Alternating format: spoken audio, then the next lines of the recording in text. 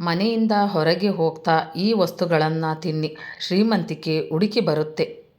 ಹಿಂದಿನ ಕಾಲದಲ್ಲಿ ಹಿರಿಯರು, ನೀವು ಮನೆಯಿಂದ ಹೊರಗೆ ಹೋಗುತ್ತಿದ್ದರೆ ನಿಮ್ಮ ಹೆಂಡತಿ ಅಥವಾ ತಾಯಿಯ ಕೈಯಿಂದ ಏನನ್ನಾದರೂ ಸಿಹಿ ಪದಾರ್ಥವನ್ನು ತಿನ್ನಿರಿ ಅಥವಾ ಕುಡಿಯಿರಿ ಎಂದು ಹೇಳುತ್ತಿದ್ದರು. ಅದಕ್ಕೆ ಕೆಲ ಕಾರಣವಿದೆ. ಆ ಕಾರಣವೇನು ಹಾಗೂ ಯಾವ ಆಹಾರವನ್ನು ಸೇವಿಸಬೇಕು ಎಂಬುದು ಇಲ್ಲಿದೆ. ನಮ್ಮ ಸಂಪ್ರದಾಯದಲ್ಲಿ ಮಹಿಳೆಯರನ್ನು ಲಕ್ಷ್ಮೀ ದೇವತೆ ಎಂದು ಪರಿಗಣಿಸಲಾಗುತ್ತದೆ. ಆದ್ದರಿಂದ ಮಹಿಳೆಯರ ಕೈಯಿಂದ ಮಾಡಿದ ಆಹಾರವನ್ನು ಸೇವಿಸುವುದು ಮಂಗಳಕರ ಎನ್ನಲಾಗುತ್ತದೆ. ಈ ಪ್ರವೃತ್ತಿಯು ಪುರಾಣ ಯುಗದಲ್ಲೂ ಇತ್ತು ಎಂಬುದಕ್ಕೆ ಅನೇಕ ಸಾಕ್ಷಿಗಳಿದೆ. ಅದರಲ್ಲೂ ಯಾವುದಾದರೂ ವಿಶೇಷ ಕೆಲಸಗಳಿಗೆ ಹೋಗುವಾಗ ಪ್ರೀತಿಯ ಹೆಣ್ಣು ಮಕ್ಕಳಿಂದ ಆಹಾರವನ್ನು ಸೇವಿಸಿ ಹೋಗುವುದರಿಂದ ಯಶಸ್ಸು ಸಿಗುತ್ತದೆ ಎನ್ನಲಾಗುತ್ತದೆ.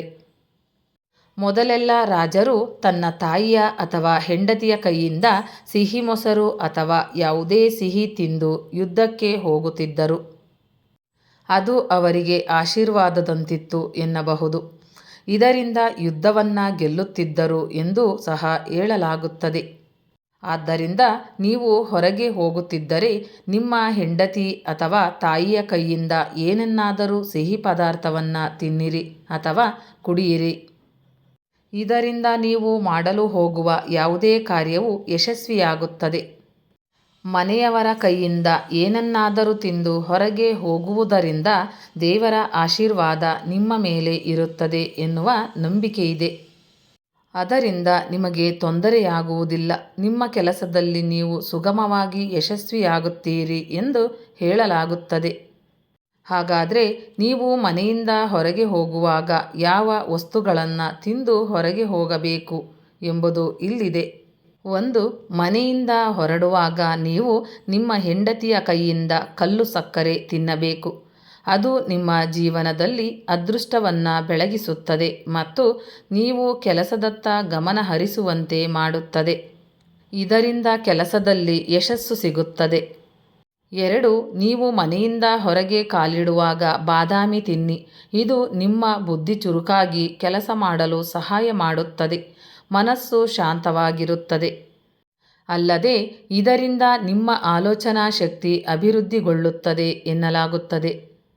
3. ಇದಲ್ಲದೆ ಯಾವಾಗಲೂ ಗಂಡನು ಮನೆಯಿಂದ ಹೊರಡುವಾಗ ಲಕ್ಷ್ಮೀದೇವಿಗೆ ಅರ್ಪಿಸಿದ ಯಾವುದಾದರೂ ನೈವೇದ್ಯವನ್ನು ತಿನ್ನಬೇಕು. ಇದರಿಂದ ನಿಮಗೆ ಆರ್ಥಿಕವಾಗಿ ಬಹಳ ಲಾಭಗಳು ಆಗುತ್ತದೆ. 4.